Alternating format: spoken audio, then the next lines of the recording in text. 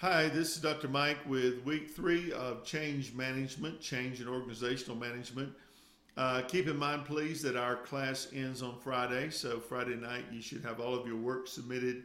If you were to run late and need some extra time, please request that of me, and we can give you at least through that following Sunday night. I hope that during the days of these weeks that you have learned something new about what goes on in an organization in the way of change. Usually, our only influence and understanding of change is what we get as an employee. We consider pay and holidays and all those things. This is a much broader thing than most of us realize.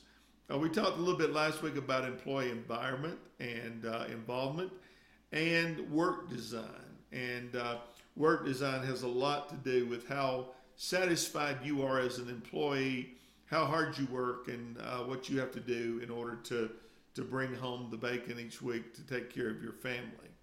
Part of change management involves performance management, and starting well in the early 1900s with the assembly line, these studies, management studies began that we studied actually a person who's working to see how we can get the most work out of that person, how we lay out the job site so that it has easy access, how we supply that job site. One of the interesting things about BMW that I found was what they call just-in-time manufacturing. When I was putting in gas tanks, the gas tank for that Z3 or Z4 arrived at the line just as the car did. So that's very much a part of management to be able to do that when you're building 800 or 900 cars a day to have the matching gas tank. And they weren't all alike. Every car had different components. So you had the tank that was supposed to be for the car arriving. So just some of that stuff is a part of performance, and how well you do on your job is measured. Most companies today are working very hard to develop talent. They do not owe you a job. Most people, or some people today, have this entitlement mentality that they think they owe you a job. No, you have to develop your skills, and you have to bring something to the table that is beneficial for your company, for them to want to hire you and pay you the big bucks. People complain because they don't make $15 an hour working at McDonald's. But look at the skill level required as opposed to building cars or building aircraft or building whatever. And you see there is a difference in skill level. There's a difference in talent. There are a lot of people that can perform the skills of McDonald's that cannot perform the skills of building a car. So there's a lot of things involved with this. There is the issue of workplace diversity, of inclusion, of wellness. Many companies now invest in gym memberships for their members, or they things that are wellness. I mean, they measure wellness. One of the things that comes under management is, of course, medical benefits, and those are very expensive.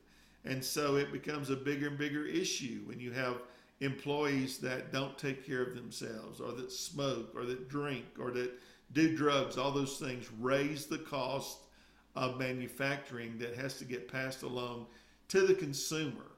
The idea of diversity, especially with women's issues, LGBT issues today are all a part of that, that you allow people into the workplace and you don't discriminate based on their sex or their identification or a host of other issues. This is a huge part of what we're talking about. Then each organization will relate to other organizations. How are you doing if you're building cars compared to GM or Ford or Tesla or any of a host of other things? You have these different rankings in the world. And so there's all kind of development that goes on to run a business. And if you're going to make money and do well in your career, you're not going to do it staying put in a job making left-handed widgets. You're going to have to engage the world, and you're going to have to go up in management. Most of you are working on an education to improve yourself. Improving yourself is much more than getting a fatter paycheck on payday. It's about you honing your skills and developing skills that are going to make you marketable to a bigger company. With that marketing, of course, is going to come responsibilities, and a lot of the change management things, you'll find yourself on committees and teams where you will be a part of this change. And so as we go through these class and think about it, realize that with added money and pay and benefits comes added responsibility. And you're going to find yourself on the cutting edge of all of these. Thank you.